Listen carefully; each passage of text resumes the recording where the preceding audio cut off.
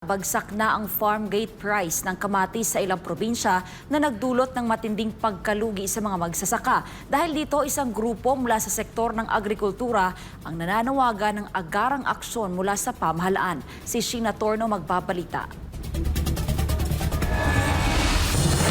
Nasa 30 pesos hanggang 35 pesos kada kilo ang bentahan ng kamatis ngayon sa ilang mga pamilihan sa Metro Manila. Malayong-malayo yan sa dati nitong presyo na pumalo na sa 300 pesos kada kilo noong nakaraang Enero. Ayon sa Department of Agriculture, ang pagbagsak ng presyo ay dulot ng oversupply ng kamatis matapos na magsabay-sabay sa pagtatanim ang mga magsasaka. Dahil nga sa sobrang dami ng ani, marami sa mga magsasaka sa Nueva Ecija at Pangasinan ang napilitan na lang na pabayaan ang kanilang pananim hanggang sa mabulok imbes ay pagbili ng palugi sa mga trader. Yung ibang mga may kamatis, hindi na pinapapitas kasi ang pag umarke na ka ng pipitas, 5 pesos per kilo ang bayad mo. Eh kung ang farm gate ay 4 pesos, lugi ka pa ng piso. So may mga lugar tayo na yung mga farmers, hinayaan na lang yung kamatis na mabulok o ano, hanggang magtatanim sila uli ng ibang halaman. Cost to produce na kamatis nasa 8 to 10 pesos eh. So talagang lugi sila.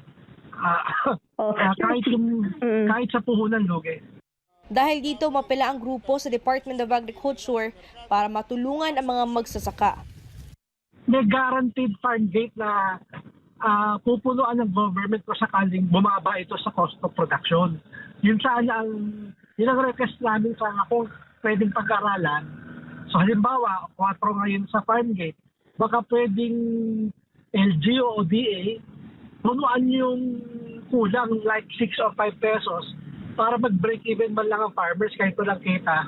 Pero sa panig ng ahensya, hindi nila nakikitang solusyon ang paglalagay ng floor price para sa kamatis, lalo na't napakababa na ng presyo nito sa merkado. Sa halip, tinutukan ng DA ang pagtatayo ng mga cold storage facility sa iba't ibang probinsya para mapahaba ang shelf life ng mga produkto ng mga magsasaka. Sabi pa ng DA, nakalaan na ang 1.5 billion pesos na pondo noon pang 2024 para sa mga cold storage facility at may panibagong 1.5 billion pesos na pondo pang darating ngayong taon na posibleng matapos ang mga ito sa buwan ng Hunyo o Hulyo ng 2025.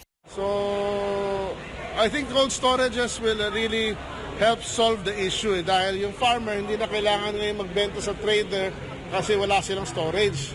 Yung storages na yan lalagay natin sa mga farming communities mismo at solar power dyan kaya wala masyadong gastos sa kuryente. Para sa Diyos at sa Pilipinas kung mahal, ito si Sheena Torno, SMNI News.